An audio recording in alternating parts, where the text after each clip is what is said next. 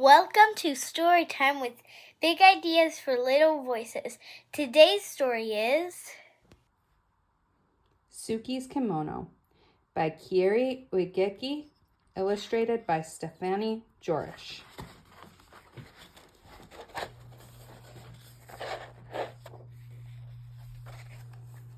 On the first day of school, Suki wanted to wear her kimono. Her sisters did not approve. "You can't wear that," said Mari. "People will think you're weird." "You can't wear that," said Yumi. "Everyone will laugh and no one will play with you." "You need something new, Suki. You need something cool." But Suki shook her head. She didn't care for new. She didn't care for cool. She wanted to wear her favorite thing. And her favorite thing was her kimono. Suki's, here's a new word that I'm not sure how to say, but in the beginning of the book, they give us a pronunciation. Obāchan, a word for grandmother. Suki's obāchan had given her the kimono. The first time Suki wore it, her obāchan took her to a street festival where they slurped bowls of slippery, cold somen noodles and shared a cone of crunchy shaved ice topped with a sweet red bean sauce. Under strings of paper lanterns, Suki joined her obāchan in a circle dance. She followed her and copied her movements, trying to be as light and as graceful. She watched the other women and children who danced, especially those who were dressed in cotton kimonos like her. Later, Suki sat so close to the stage that when the taiko drummers performed, boom, boom, boom, boom, she felt like she'd swallowed a ball of thunder and her whole insides quaked and quivered. Before they left the festival, Suki and her obāchan stopped at a souvenir stand. There were many things to choose from, but her obāchan found the prettiest thing of all, a handkerchief of pale pink linen decorated with tiny maple leaves and cherry blossoms. When she gave it to Suki, she said, "This will help you remember our day." Now it was time for school. Mother checked Suki's obi one last time and took a picture of Mari, Yumi, and Suki together by the front steps. Then, as she watched, the three sisters made their way down the block to their school. Mari and Yumi stayed several paces ahead of Suki and pretended they didn't know her. But Suki didn't mind. She turned and waved to her mother before she clip-clopped along in her shiny red gaita, feeling very pleased in her fan-patterned blue kimono. Once in a while, Suki would lift her arms and let the butterfly sleeves flutter in the breeze. It made her feel like she'd grown her own set of wings. When they reached the school, Mari and Yumi hurried across the yard to a group of their friends. Suki stopped and looked around. Some of the children turned and stared at her. Others giggled and pointed at her kimono. But Suki ignored them.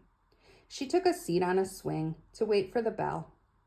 A girl dressed in overalls, just like a pair Suki had at home, sat on the swing behind her. "Hi, Suki," said the girl. "Hi, Penny," said Suki. "How come you're dressed so funny?" Penny asked. "Where did you get those shoes?" Suki lifted her feet off the sand and wiggled her toes. "I'm not dressed funny," she said.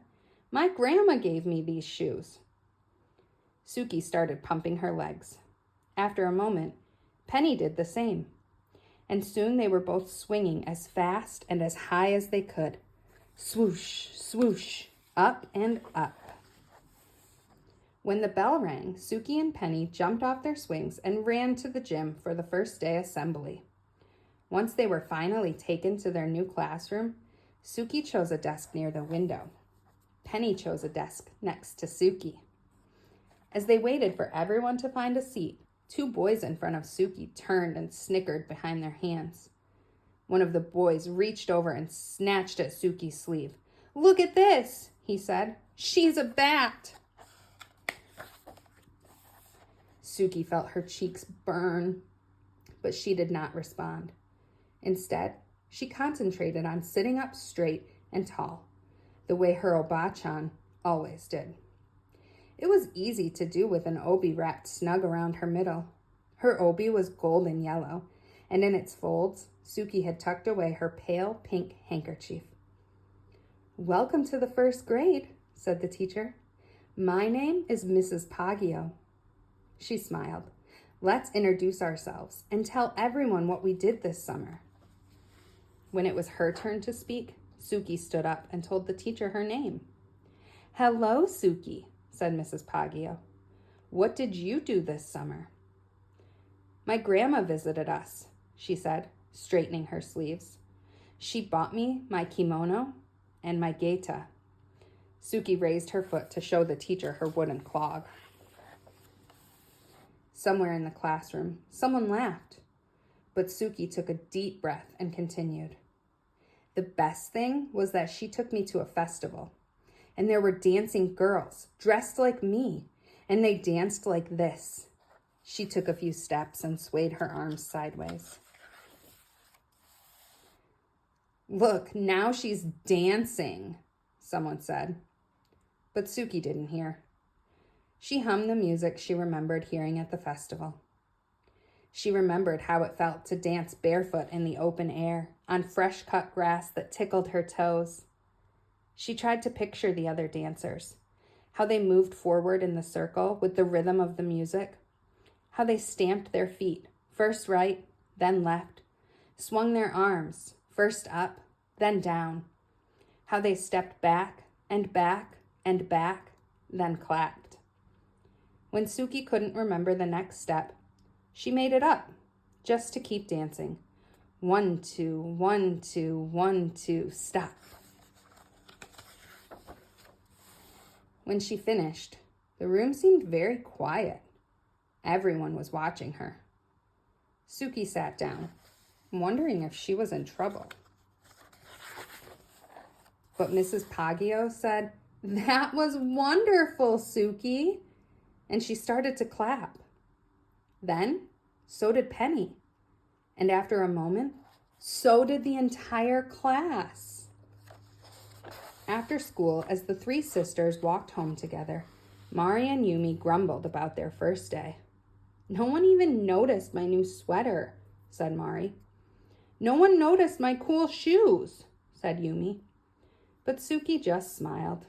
As she clip-clapped along behind them, Suki pulled out that pale pink handkerchief from her obi and held it up over her head to catch the wind. And in her blue cotton kimono and in her shiny red gaita, Suki danced all the way home. The end. Thank you for listening. Please like and subscribe. Comment for other books you want us to read.